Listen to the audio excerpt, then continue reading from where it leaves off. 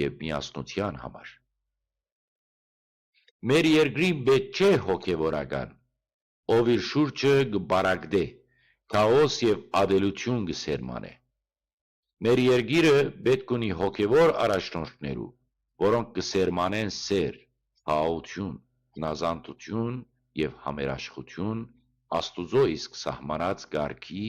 և իշխանության հանդեպ։ Եկեղեցին այսօր կանգնած է հոգևոր զարթոնքի և վերականգնման շեմին, բայց այդ զարթոնքը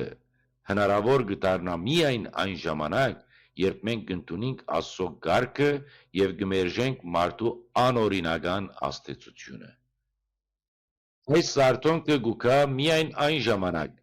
երբ եկեղեցին կգտնե իր իսկական առաքելությունը, երբ հոգևորականները կվերադառնան աղոթքի, համեստության և հոգևոր ծառայության կյանքին։ Սիրելիներս, Աստված մեզ կգոչի այսօր վերադառնալու հոգևոր կյանքին, հարգել և ընդունել պետական իշխանությունը որպես Աստուծո իսկ սահմանած կարգ։ Մենք պիտի վերադառնանք այն պարզ ճշմարտության, որ ամեն իշխանություն Աստուծմե է, և մեր պարտքն է հնազանդվել անոր Աստուծո պատվիրաններուն հնազանդության սահմաններու մեջ։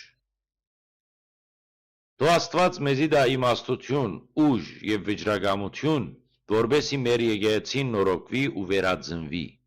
և մենք վերագտնենք Աստուծո իսկ սահմանած ճշմարիտ հոգևոր ճանապարհը։